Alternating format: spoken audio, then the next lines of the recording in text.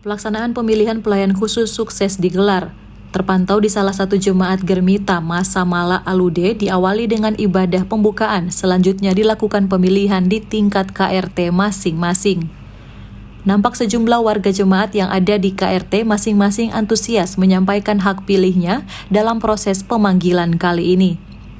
Salah satu warga jemaat Germita yang ada di jemaat Germita Masa Mala Alude, Adeleis Gendaren mengatakan, dengan proses pemilihan kali ini, ia berharap siapapun yang akan terpilih nanti kiranya akan menjadi pelayan yang berintegritas dan bertanggung jawab dalam pelayanan bersama. Hari ini kami seluruh warga Germita, Gereja Mesih Injili Talaut, melaksanakan pemilihan pelayan khusus periode tahun 2022 hingga tahun 2027. Diharapkan siapapun yang akan terpilih nantinya akan menjadi pelayan yang berintegritas dan bertanggung jawab dalam menunjang pelayanan bersama, baik dalam aras jemaat dan sinode.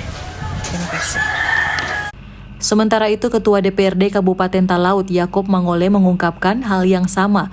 Semoga dengan proses pemanggilan pelayan khusus kali ini akan melahirkan pelayan yang berintegritas dan bertanggung jawab aras jemaat dan sinode. Harapan saya tentunya dalam proses pemanggilan pelayan khusus ini dapat melahirkan para pelayan khusus yang berintegritas, kompeten, dan sungguh-sungguh melayani Tuhan. Karena dengan pelayan khusus yang begitu nanti dia akan berdampak kepada pelayanan baik dan itu berdampak pada pembangunan juga. Ia menambahkan apapun hasilnya dalam proses pemanggilan atau pemilihan nanti, kiranya tak ada konflik pasca pemilihan pelayan khusus periode 2022-2027.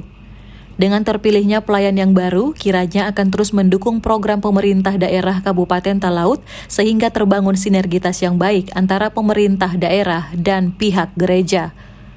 Dari Talaut, Alfred Tumanung melaporkan untuk Kawan Nuwa TV.